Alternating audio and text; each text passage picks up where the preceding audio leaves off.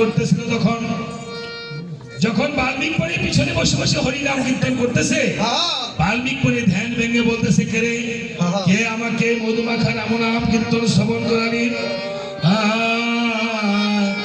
শোনালে কি মধুর নাম, শোনালে কে হবে মন বান্ধব কে আছে রে, হে রাম নাম শুনায় হায় বিরা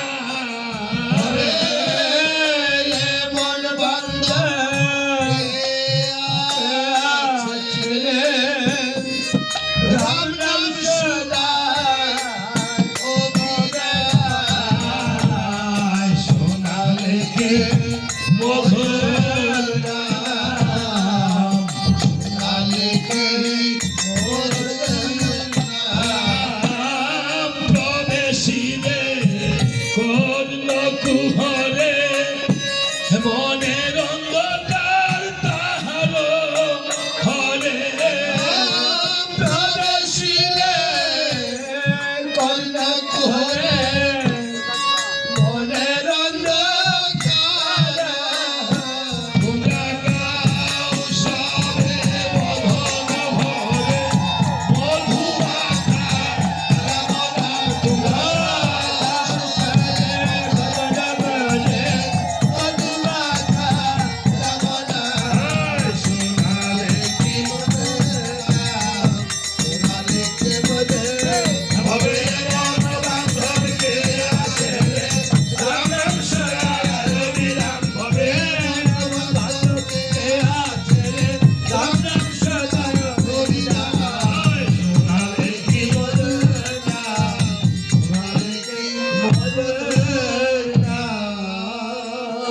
এইভাবে যখন মণিকে দেখেছে, আর মণি ঠাকুর বলছে, হরে সুমন্ত্র, আজ প্রাণ মনে বহুদিন পরে রাম নাম শ্রবণ করিলাম।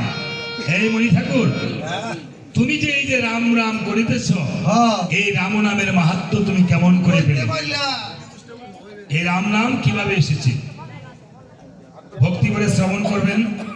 আমরা যে রাম বলি কেন বলি এবং রাম কিভাবে এসেছে, কৃষ্ণ কিভাবে এসেছে বলবো না, কারণ রামের আসলে রাম সম্পর্কেই বলবো। ভোলানাথ ৬০,০০০ বছর তপস্যা করে এই রাম নাম এনেছিল। একদিন মা পার্বতী ভোলানাথকে জিজ্ঞাসা করেছিল, ভোলানাথ, এই রাম নাম কলির যুগের পরে, মা আসতে, হ্যাঁ কথা বলবেন না মা, আহা, জয় রাম, জয় সীতামা। পাঠিয়েছিলাম অনেকে আকাঙ্ক্ষা থাকে, অনেকে চলে যা বাড়িতে যেন। দেখেন ভোলানাথ তখন বলছিল সত্যযুগের পরে, আহা,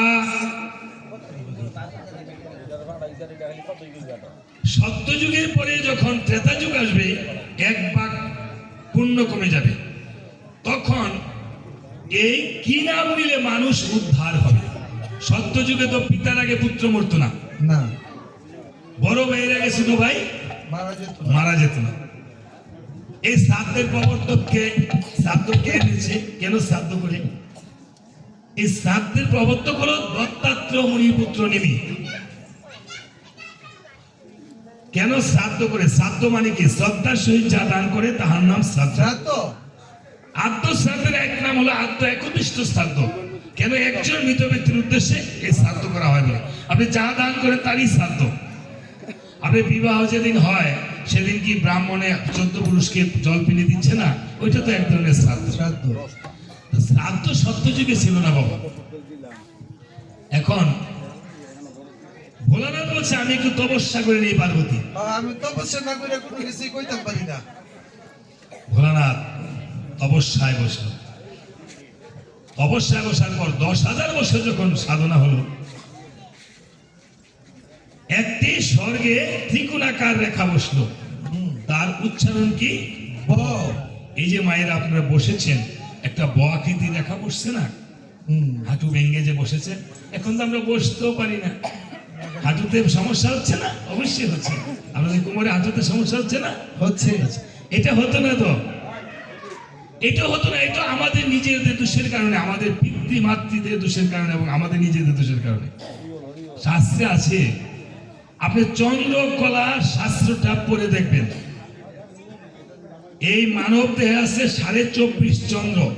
চন্দ্রের হিসাব, সূর্যের হিসাব ছাড়া মুসলমানরা চলে না। এই যে রোজা চলছে, চন্দ্রের হিসাবে চলছে না? চলছে।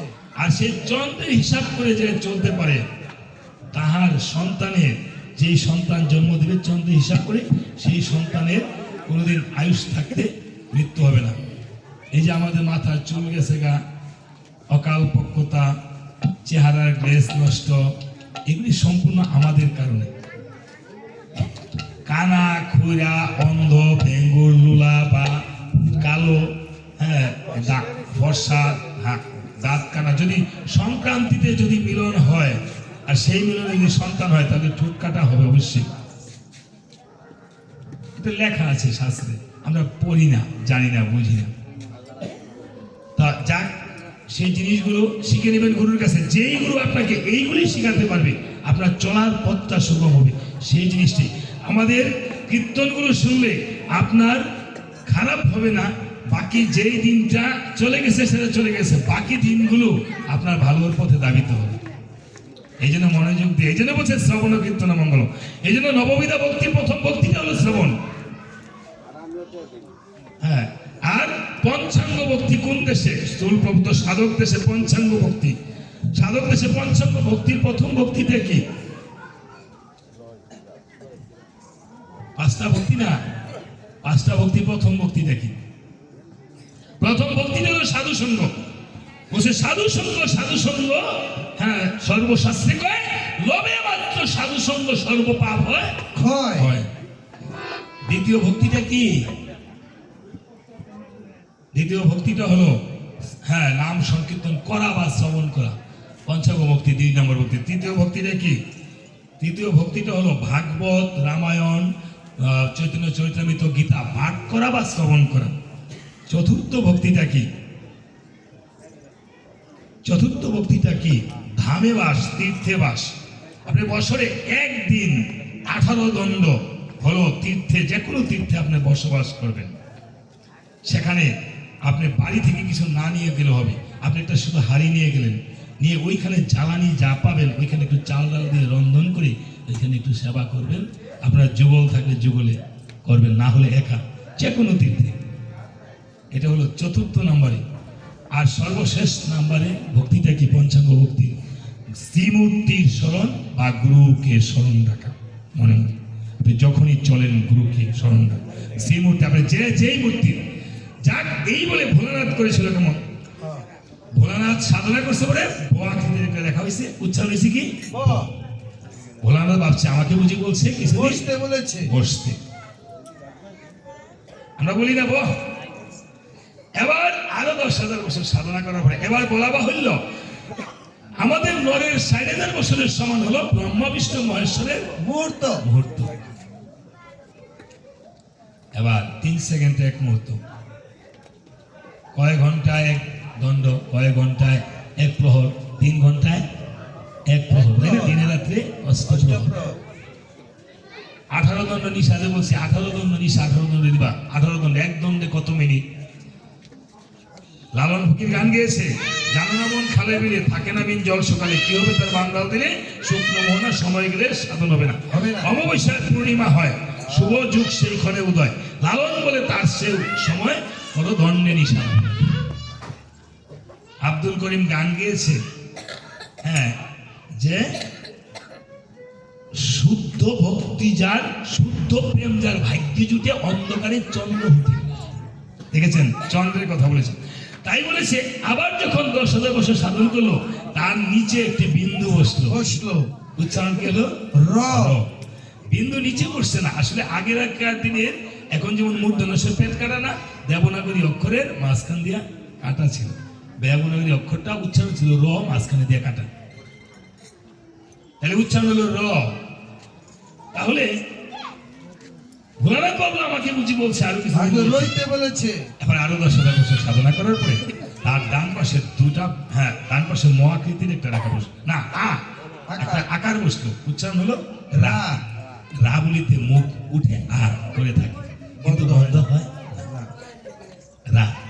দ্বার উঠে কিন্তু দ্বার বন্ধ হয় না। দ্বার মানে কি? আমাদের সিংহদ্বার। মানবদের সব নবদ্বারের মধ্যে প্রধান দ্বার কি? সিংহদ্বার, মুখ। আরো যখন 10,000 বছর সাধনা করলো, ডান পাশে একটি মহাকৃতি রেখা বসলো, উচ্চারণ হলো কি? রাম। রাম বললে থেমে গেল, রাম। 40,000 বছর হয়েছে। 40,000 বছর হলো। ভোলানাথ ভাবলো আমি আরো সাধনা করি। আরো যখন সাধনা করলো, ডান পাশে দুটি বিন্দু বসলো, উচ্চারণ হলো রাম। তাহলে 50,000 বছর হলো। এবার আরো 10,000 বছর সাধনা করার পরে একটা বিন্দু উপরে রইলো, আরেকটা বিন্দু পতিত হলো। পতিত হলো। বিসর্গ থেকে অনুস্বার হলো। বিসর্গ যার মধ্যে স্বর্গ নেই, নেই। অনুস্বার। হ্যাঁ, আমাদের এই ষটচক্র দেহের মধ্যে এই বিসর্গ রয়েছে, অনুস্বার রয়েছে। বলেছে তাহলে একটা বিন্দু রইলো, একটা বিন্দু পতিত হলো। যৎক্ষণাৎ পতিতং বিন্দু মাতৃ গর্ভে নিয়োজিতা, তৎক্ষণাৎ লিখিতং ব্রহ্মা জন্ম মৃত্যু সুভাষিত। শুভ আসিব। বিন্দু হলো তিনটা, একটা রয়ের নিচে আর একটা ডান পাশে দুইটা। ত্রিবিন্দুতে আমরা সৃষ্টি, পিতার সরদল পদ্মমূলে আমরা ছিলাম। একটা বিন্দু পতিত হলো মাতৃ গর্ভে, আমরা ধরাধামে আসলাম। তাহলে উচ্চারণ হলো কি? রামং। ত্রিকোণ মঙ্গল রেখা, ত্রিকোণ মঙ্গল সীতা, বিন্দু রূপে রাম, আকারে ভরত, মকারে লক্ষণ, বিসর্গতে শত্রুঘ্ন, এই হলো রাম। পাঁচটা জিনিস পেয়েছেন, পঞ্চ অলঙ্কার। হ্যাঁ, যারা কৃষ্ণ মন্ত্র পেয়েছে এটাই পাঁচটা। এটাই যে দাদাই বলছেন আমার দিছে কৃষ্ণ মন্ত্র, কিন্তু খালি আমার মুখে দায় ভরে রাম। আমরা যে রাম ভক্ত, রাম। হ্যাঁ, দেখেছেন যে রাম নামে দীক্ষা পান আর কৃষ্ণ নামে দীক্ষা পান, নাম তো একই। এখন এই জন্য বলেছে এভাবে রাম নাম পেয়েছে। এবার ভোলানাথ পার্বতীকে বলেছে, এই পার্বতী, হ্যাঁ, আমি পেয়েছি। কি পেয়েছ? যেই নাম নিলে জীবের আর ভবার নবে আসা যাওয়া লাগে না। শোনো কি পেয়েছি, সবাই শুনেন। আজি সুন্দরে শ্রবণে বলরে বদলে মধুমাখা রাম নাম। হরিবল। সুন্দরে শ্রবণে বলরে বদলে মধুমাখা রাম নাম। যে নাম শুনিলে পাষাণ গলিবে, যে নাম শুনিলে পাষাণ গলিবে, উড়াইবে মনস্কাম। সুন্দরে শ্রবণে বলরে বদলে মধুমাখা রাম নাম। সুন্দরে শ্রবণে বলরে বদলে মধুমাখা রাম নাম। মধুমাখা নাম শুনবারে মধুমাখা নাম শুনবারে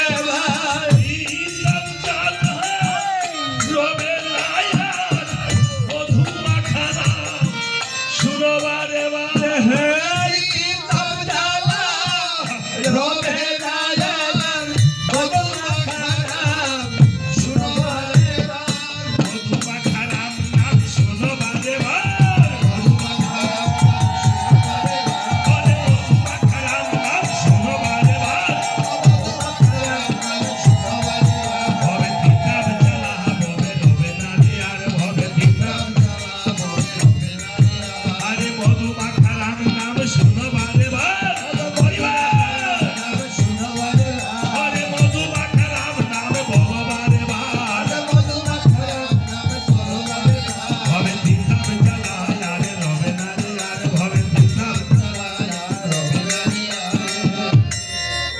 আজকে দেখেন এই রাম নামের কি গুণ। প্রতিদিন এক এক কিন্তু এক এক ভাবে নেয়। তারপরও মা অনেক সময় এটা কোনো তিক্ততা লাগে না, লাগে মা? লাগে না। হ্যাঁ, আজকে গোপাল বাবু মাস্টার যেভাবে কীর্তন করতে হয়তো আমি সেভাবে পারছি না, কিন্তু তারপরও অনেকে এই রাম নাম, আপনি অন্য একটা গান বিভিন্নভাবে, আমার এই যে দাদা ওই জানি কি লাগে আমি জানি না, দাদাই লাগে না। এই বাবুর কি হয় স্যারের, তিনি চলে গেছেন,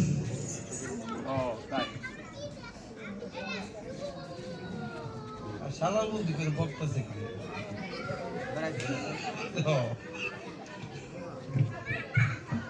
আজ দেখেন এই চেয়ার থেকে দাদা নিচে নেমে এসেছি কার কৃপায়?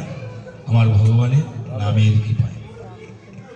হ্যাঁ, আজকে যারা মা আপনাদের চোখে দিয়ে জল পড়ছেনি, দেখেছেন? এই জলটা কি আপনি আপনি আসে? 7 সমুদ্র 13 নদীর জলের মধ্যে প্রথম জল হলো চক্ষের জল।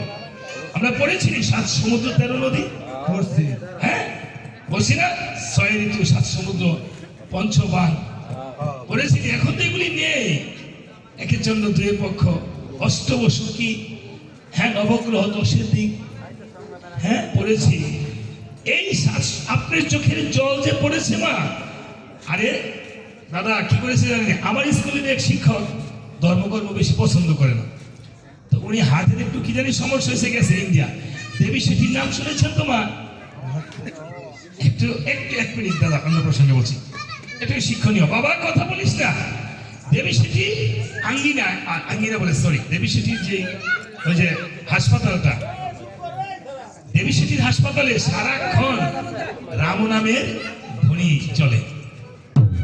যারা গেছে, আমি তো আর যাই না, তারা বলছে হার্ট স্পেশালিস্ট দেবী সেটি।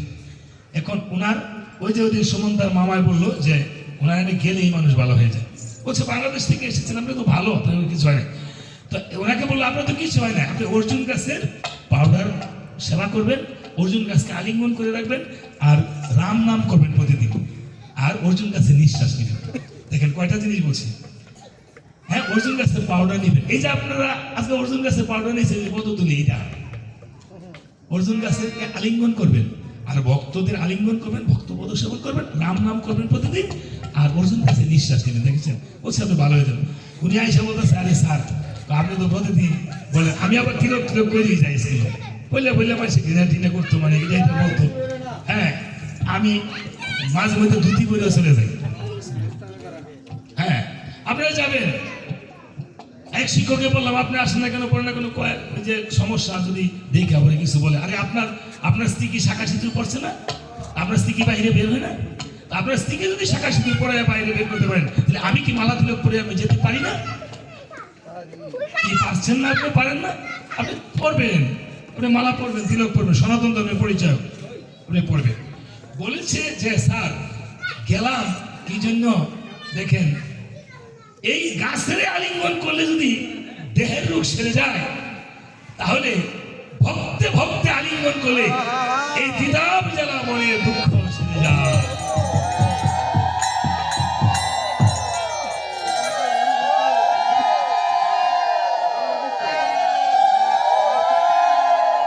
এটা বাবা কোনো বানানো কথা নয়। আপনি যান নারায়ণালয়ে, ইন্ডিয়াতে যান, দেখেন আপনার আঙ্গিনায় এরকমই করেন বাবা। আজকে বাহিরে মেঘ আসছে, কি করেন? আজকে যে মেঘ আসছে, কই যাইতাম আমরা? আমি আইসা আমি নিজে কীর্তন করি, আমারই বিশ্বাস নাই, আমি কইতাছি ঘরে দেন। হ্যাঁ, আবার দেখেন ভগবানের কি কৃপা, ভক্তদের আপনাদের চরণের আশীর্বাদে তোর বৃষ্টি আছে।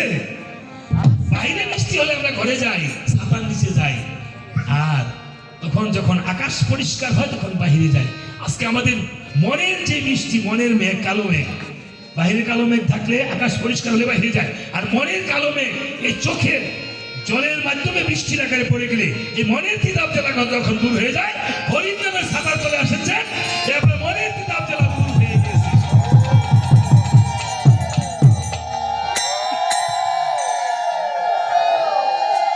আজকে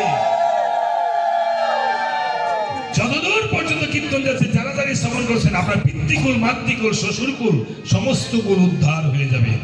এমন প্রাণী আছে যারা মুখে কথা বলতে পারে না, যারা কানে শুনে কিন্তু কথা বলতে পারছে না। একটা কুকুর আমি এসে দেখেছি, ওই যে পালে শিক্ষয়িত্রী ছিলেন, হ্যাঁ, এই কুকুরটা কত আদর করছে দেখেছেন। আমি তো কুকুরের মতন হতে পারছি না। আমি ইন্ডিয়াতে গান করতে যাব, ওই পারে মন্দির দেখা যাচ্ছে, কুকুররা যাইতেছে, আমি যাইতে পারি না। বর্ডারে করোনা এসে গেছে গা, আমার মুখে মাস্ক পরে গেছে, ওরা বর্ডার সিলগালা করে দিছে। আর কুত্তার মুখে কোনো মাস্ক নাই। কুত্তার করোনা হয়েছে? হয় নাই। কুত্তায় গিয়ে আসছে, আবার গেছে, যাইতেছে, প্রসাদ খেতেছে। আমি পারলাম না গত বাগা, এই জন্য বলছে মানুষটা হয়ে যদি হতে পারতেন কুকুর, আমাকে কৃপা করিতে বসিত প্রিয় ঠাকুর। আমরা ঘৃণা করি প্রসাদের, কত কিছু করি বাবা।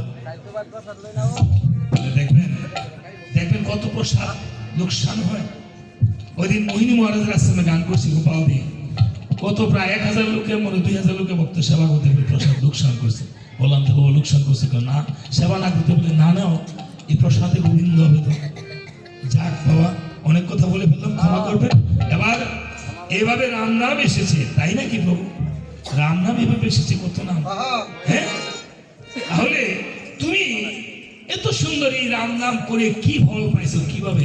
বলছে ওরে দেখো, আমি তো আমার যে দেখতেছস, আমি মণি ঠাকুর, আমি কিন্তু এমন ছিলাম না। আগে খুব খারাপ ছিলাম, তাই নাকি? খারাপ ছিলেন? মানুষ ভালো হতে বেশিক্ষণ লাগে না তোমার। না, এই পৃথিবীর মধ্যে সবচেয়ে মানুষের জন্য কঠিন কাজ হলো মানুষ হওয়া। লালনে গান গেয়েছে, ওরে খেপারে হারালে রে তুই মূল হারাবি, মানুষ ভজলে সোনার মানুষ হবি। বলেছে না, মানুষকে ভজনা করো, মানুষ গুরু নিষ্ঠা যান। তাই আমি ছিলাম পূর্বজন্ম, আমি দস্যু রত্নাকর ছিলাম, দস্যুবৃত্তি ছিল আমার পেশা। পেশা। দেখেছেন, প্রতিদিন আমি 4-5 জন দস্যুবৃত্তি করে হত্যা করিতাম। একদিন বাবা কষ্ট পাচ্ছেন, শেষ করে দেবো, আর 15-20 মিনিটে শেষ হয়ে যাবে। ঠিক আছে, কষ্ট পাচ্ছেন যে বক্তব্য? আচ্ছা ঠিক আছে, আচ্ছা। আমারে বলছিল যে 9টার আগে গান ছেড়ে দিতে, 5টা এলে।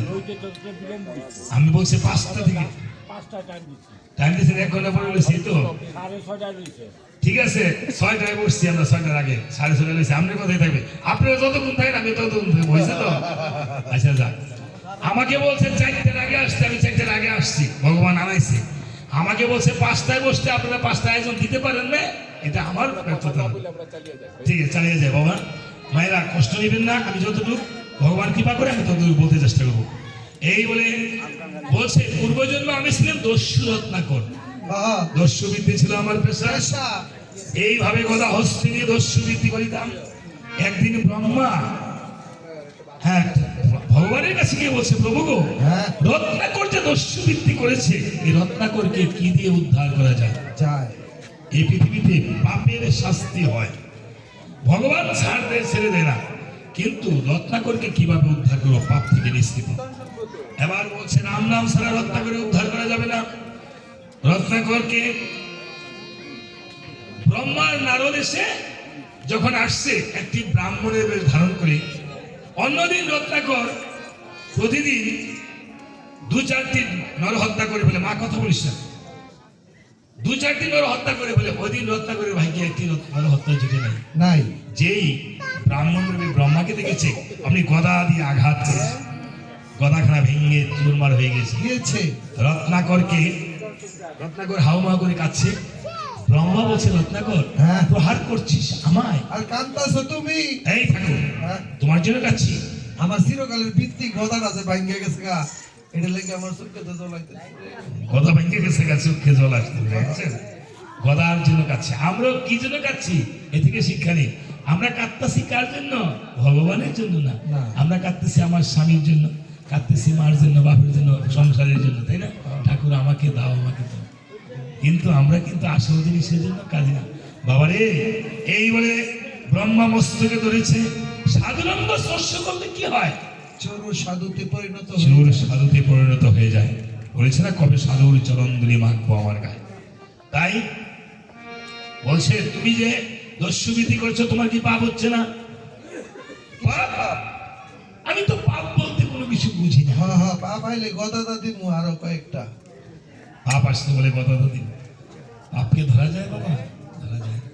হ্যাঁ বাবা রে, তুমি যে পাপ করে তোমার স্ত্রী, পুত্র, মাতা পিতাকে ভরণ পোষণ করছো, তোমার পাপের ভাগী কি কেউ হবে? সবাই হবে না বাবা। যদি তোমার পাপের ভাগী হয়, তাহলে আমাকে এসে বধ করিও। এই যে আমি তোমাকে অলংকার গুলো দিয়ে দিলাম, তোমার যে প্রিয়তমা স্ত্রী রয়েছে, তোমার প্রিয়তমা স্ত্রীকে এই অলঙ্কার গুলো দিয়ে বলিও যদি পাপের ভাগী হয় তাহলে আমাকে এসে বধ বধ করিও। রত্নাকরের মনে যেন কিছু বোধোদয় হয়েছে। হয়েছে। কেন আজকে তো সাধুর অঙ্গ স্পর্শ করেছে, ভাবে মনে মন অলঙ্কার তো পেলাম, তুমি পালিয়ে যাবে না তো? আরে না, ব্রহ্মাকে ব্রাহ্মণ রূপী ব্রহ্মাকে কালো লদ দ্বারা বন্ধন করেছে। যদি পালিয়ে যায়, দেখেছেন বিশ্বাস নেই। বন্ধন করে বাড়িতে গিয়ে আর স্ত্রীকে অলঙ্কার গুলো দিয়ে বলছে, প্রিয় ওহো, প্রিয় গো, অনেকদিন পরে তোমার জন্য অলঙ্কার এনেছি, নিয়ে এসেছি। অনেক অলঙ্কার পেয়ে রত্নাকরের পেয়ে অলঙ্কার গুলো পরিধান করেছি। গলাটা বসছে, পাও, পায়েরটা বসছে গলায়, উল্টা পাল্টা পড়তেছে। গলাটা পাও। এমন উল্টা পাল্টা পড়ছে কেন? আগে জীবনে তো কোনো সময় পিনছে না, কোনটা কোনো পিনতে এটা জানি। ঠিক আছে না, দেবতার অলঙ্কার তো রত্নাকরের স্ত্রী রত্নাবলী, সে নিশ্চয়ই জানে এই জগতে যাহার স্ত্রী সতী সাধ্যী রমণী তাহার অবশ্যই একদিন না একদিন স্বর্গবাস হবেই হবে। হবে। তাহার স্বামীকে কুপথ থেকে ফিরিয়ে আনবে। তাই রন্ধন বসিয়ে দিয়েছে, খেতে বসেছে। বসে প্রিয়ে হ্যাঁ, একটা কথা বলবো, বলো, আমার কথা রাখবে। বলো না। এই যে দস্যুবৃত্তি করি গো প্রিয়া আমি, কিঞ্চিত পাপের ভাগী হবে গো প্রিয়া তুমি। না না না, পাপের ভাগী হবে না, না হবে না। কিসের- তাহলে আমার অলঙ্কার গুলো আমাকে দিয়ে দাও। নিয়ে নাও। দিয়ে দিয়েছে অলঙ্কার। নাও। এখনকার স্ত্রীরা আমার স্ত্রীকে দিবে, দিবে বাবা, আরো বলবে আরো চুরি ডাকাতি করে আনো, তাই না? তুমি ধরা বলে জেলে থাকো, আমার অলঙ্কার স্বর্ণের প্রতি আমাদের অনেক লোভ না, তাই দেখেছেন? চুরি ডাকাতি যত কিছু করে আনুক না কেন, হ্যাঁ, কিন্তু আমি যে এই ভরণ পোষণ করছি আসলে এত ধান্দাবাজি করে আমার কি উপায়? রত্নাকর যখন অলঙ্কার ফিরিয়ে দিয়েছে স্ত্রী, এই রত্নাকরের মনে আজকে বোধোদয় হলো। মাত্র একটি নয়নের জল ছেড়েছে, তাও দুটি নয়নের জল আসেনি। দুটি নয়নের অশ্রু দ্বারা বহা অনেক কঠিন ব্যাপার। রত্নাকর ভাবে বলে বল, এ জীবনে যা করেছি সবই কি আমার ভুল? ভুল। এই ভুলের কি হবে না ক্ষমা, হবে না কি আমার কবিকুল? রত্নাকর তাহার ছেলেকে গিয়ে বলছে, বাবা রে, এই যে দস্যুবৃত্তি করি রে বাবা আমি, কিঞ্চিত পাপের ভাগী হবে রে বাবা তুমি। ছেলে বলছে, পিতা এই কি বলছো? তুমি আমাকে ভরণ পোষণ করিবে, তুমি যখন মৃত্যু হবে আমি তোমাকে ভরণ পোষণ করিব, এই তো জগতের রীতি। রত্নাকর এবার দুটি নয়নের অশ্রু দ্বারা আসতেছে, আমি কি করতেছি? আমার ভাবে মনে বল, দেখি আমার বাবার কাছে গিয়ে জিজ্ঞাসা করি। রত্নাকর এবার পিতার চরণে প্রণাম করে গিয়ে বলছে, পিতা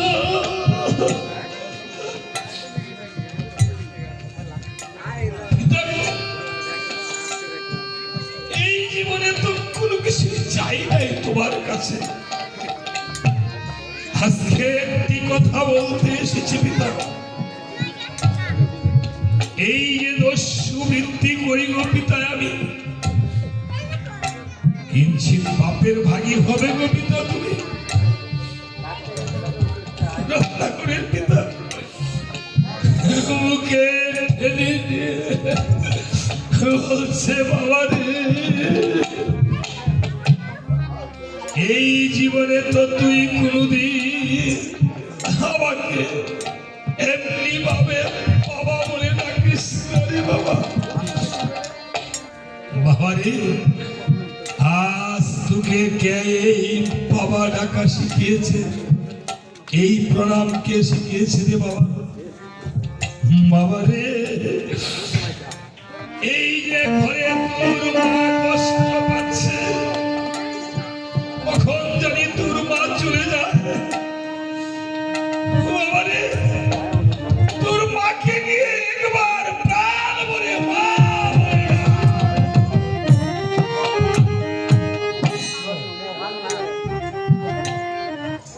একবার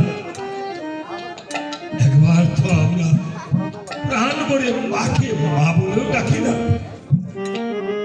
রত্না করে গিয়ে মায়ের কাছে গিয়ে প্রণাম করে বলছে, মাগো মা তুমি কেমন আছো? মাগো এই জীবনে তো তোমাকে দেখার মতো একদিন সময় পাইলাম। মা আজকে একটি জিনিস চাইতে এসেছি মা। মাগো তুমি তো না চাইতে অনেক কিছু দিতে। মা আজকে এই যে দস্যু বৃদ্ধি করে গো ভাই, আমি কিঞ্চিত পাপের ভাগী হবে গো মা। তুমি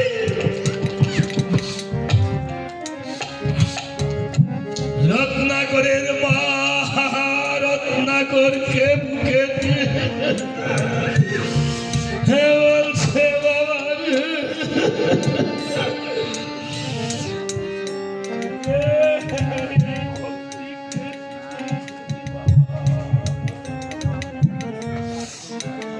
বাবা একবার আমার বুকে আয় বাবা, সকলে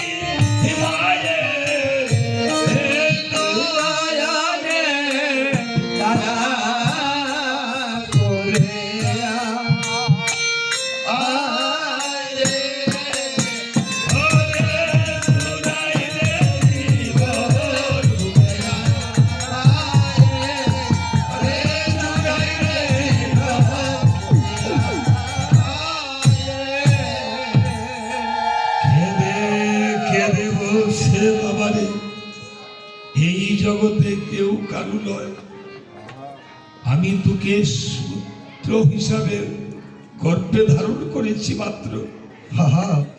তোর পাপের ভাগে যদি আমি নিতে পারতাম, সমস্ত পাপের ভাগ এই জগতে মাতা পিতার মাথায় বয়ে নিতে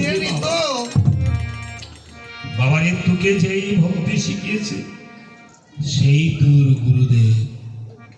তুই যা, সেই গুরুর কাছে গিয়ে তুই প্রণাম করে তার কাছে ক্ষমা ভিক্ষা চেয়ে দে, সে তোকে উদ্ধার করতে পারে কিনা। এই জগতের বাবা গুরু ছাড়া এই জগতে কেউ কাউকে উদ্ধার করতে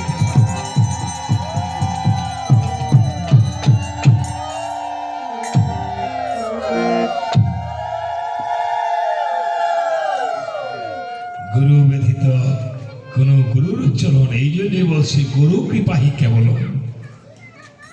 কৃষ্ণ রুষ্ট হলে গুরু রাখিবারে পারে, গুরু রুষ্ট হলে কৃষ্ণ রাখিবারে পারে। কৃষ্ণ কৃপাহি কেবলম বলে নাই, বলেছে গুরু কৃপাহি কেবলম। পারলে ভক্তিমতী মায়েরা, ভক্তিমণ্ডলী ভক্তগণ, ভক্তিমতী মায়েরা সকলের শ্রীচরণে করি আমি প্রণিপাত নিবেদন। সবাই দীক্ষাগুরু এবং শিক্ষাগুরু আশ্রয় গ্রহণ করিবেন। দীক্ষাগুরু শিক্ষাগুরু আশ্রয় আশ্রিত হলে আপনারা দেখবেন কোন গুরু কেমন, কেন মঞ্জুরি বইটা পড়ে নেবেন। আজকে এই যে মেয়েটা রেখা, তাহার বাবা ছিল শিক্ষাগুরু। আমিও শিক্ষামন্ত্রী কৃপা পেয়েছি। এই জগতে গুরু কৃপাহি কেবল। ওর বাবা অত্যন্ত ভালো মানুষ ছিল। এই জগতে যত গুরু আছে সকল গুরুর জন্য যার যার আপন আপন গুরুদেবকে আবার হৃদয়ে স্মরণ করে সবাই হলুদ ধ্বনি করেন সবাই।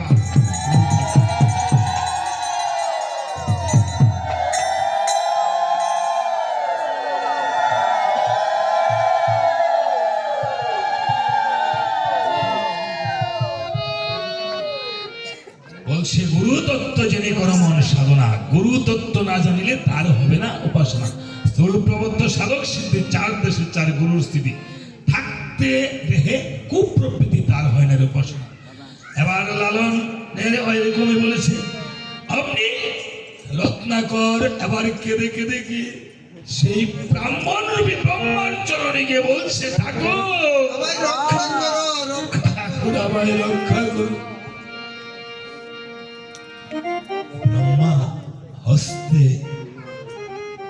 কোমল হস্ত গায়ে দিয়ে বলছে, রত্নাকর তুমি এই স্থানে বসে বসে, এই স্থানে বসে বসে তুমি ছোট করে বাজাও। রাম নাম জপ না করো। তুমি রাম বলো তো। রত্নাকর রাম বলতে পারছে না, মরা বলতে পারছে। দেখেছে তিনবার মরা বললে একবার রাম উচ্চারণ হয়, মরাও বলতে পারে না। বলছে তাহলে দেখো তো এই যে গাছে যে মানুষগুলো টানিয়ে রেখেছে মেরে, এগুলো কি রেখেছ? বলছে মরা। মরা। মাছ মরলে হয় সুরা, সুরা মানুষ বলে মরা। আরে এই মরা মরে যাবো না করো। তিনবার মরা বলে একবার রাম হবে। আমি তোমাকে সাইডে, আমি মুহূর্তকাল পর নিয়ে যাবো। ব্রহ্মার মুহূর্ত আমাদের বলে সাইডে বসে ব্রহ্মা মুহূর্তকাল পরে সে দেখিবারে পায় স্থানে যেন রত্নাকর নাই দেখা যায়। রত্নাকর কি করলো পলায়? রত্নাকরের চতুর্পাশে উই পোকার টিপি ধরেছে। উই পোকাকে বলা হয় বরুণী। বরুণকে করেছে স্মরণ, বরুণ এসে করেছে বাড়ি বর্ষণ। আমি রত্নাকরের হাড়গুড় গুলো বেশি উঠেছে। হাড়গুড় গুলো, রত্নাকরের হাড়গুড় গুলো রাম রাম রাম রাম জয় শ্রীরাম বলে ধ্বনি করছে।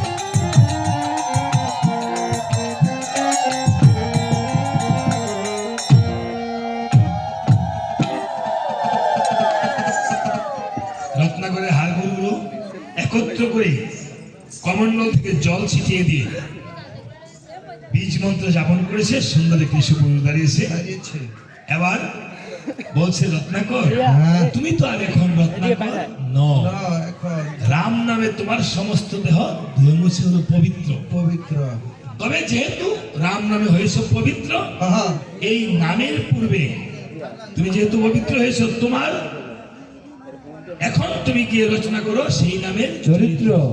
এভাবে রাম নামেরও বহু পূর্বে, ৬০,০০০ বছর পূর্বে রাম নামে রামায়ণের ইতিহাস লিখে হয়েছিল, সপ্তখণ্ড রামায়ণ। দেখেছেন? এই জন্যই বলেছে কোন গুরু? গুরু জন্ম নেওয়ার পূর্বেই শিষ্য গুরু কি করবে না করবে সেটা লিখে রাখছে, এবং গুরু এসে এইটাই করছে। আর কেমন শিষ্য কেমন গুরু? গুরুর মাথাতে শিষ্যের ভাও, তবেই গুরু উদ্ধার হইয়া। ঠিক আছে, যখন বলছে তাহলে তুমি এমন আছিলা, আরে ও এই জন্য তুমি এত বড় হ্যাঁ, এক একজনের কাজ এক এক রকম। এই ধরা দামে 60,000 মণি দরকার ছিল, এক এক মণির এক একটা ধ্যান, এক একটা জ্ঞান। বলছে ঠিক আছে তাহলে চলে যাও, হ্যাঁ আমি যাচ্ছি, তুমি অযোধ্যায় চলে যাও। সুমন্ত্রকে বাল্মীক পরি বিদায় করে দিয়ে ভাবে মনে মন, আমার যে অযোধ্যায় গিয়ে করতে হবে পিতা পুত্রের মিলন, মিলন আমি যদি কার্যটা না ঘটে তাহলে ঘটাবে ভাই কুঞ্জন এই বলে সীতার কুটিরে গিয়ে সীতাকে বলছে, মা মাগো ভিক্ষাং দেহি গো মা, ভিক্ষাং দেহি। তোমার গুরু ছেলে এসেছে, মা আমাকে কিছু ভিক্ষা দিতে হবে মা। হবে সীতা দেবী বলছে, পিতা আমি তোমাকে কি ভিক্ষা দেব? এই বলে কেঁদে কেঁদে ঝুলেছিল আর্তনাদ রুদন, অগো কি ভিক্ষা দেব তোমার, ও হে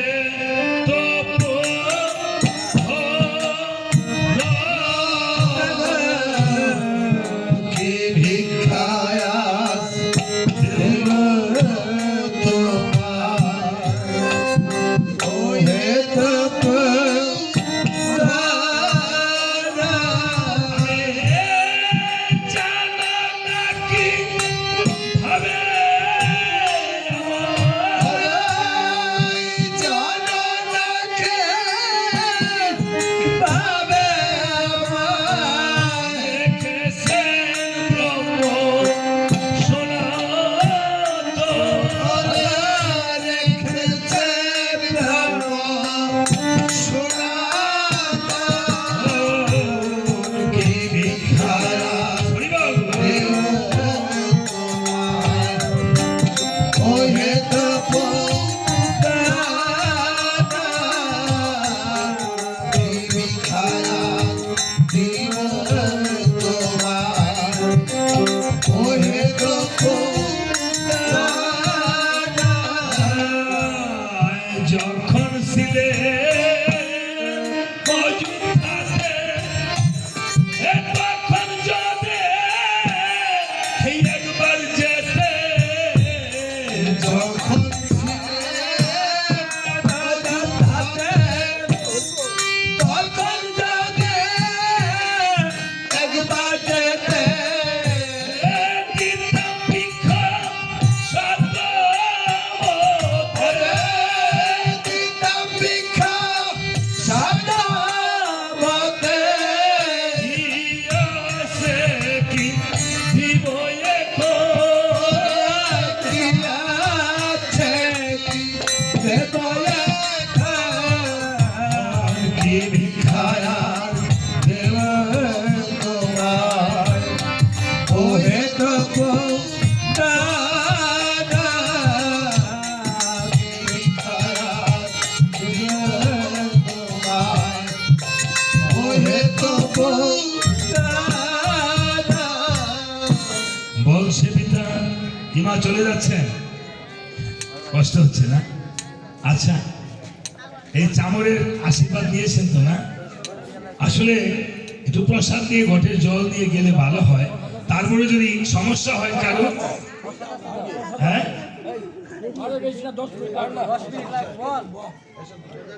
আচ্ছা যদি চলে যায়, আপনাদের কি সবার জন্য অন্য প্রসাদ আছে? তাহলে যারা যায় তাদেরকে দিয়ে দিয়ে নাকি? ও আচ্ছা ঠিক আছে, আমি বলে যাচ্ছি। অন্তত এখান থেকে একটু পুষ্প নিয়ে যান যার যার মনোবাঞ্ছা পূরণের জন্য। ও আচ্ছা আচ্ছা, দূরের পথযাত্রী।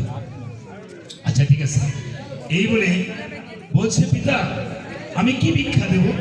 মা আমি তোমার কাছে ধনরত্নের জন্য আসিনি, আমি এসেছি তোমার কাছে তোমার সন্তান দুটিকে ভিক্ষা নেওয়ার জন্য। মাগো, এই ধরাধামে কেউ কি সন্তানকে ভিক্ষা দিতে পারে? সন্তান ভিক্ষা দিয়ে কেউ কি থাকতে পারে? হ্যাঁ পিতা, আমি এই জগতে আপনাদেরকে আপনাদের বাবা ভিক্ষা দিছে, আপনার স্বামীর কাছে ভিক্ষা দিছে না? কথা কন না কেন? হ্যাঁ সময় নিলাম।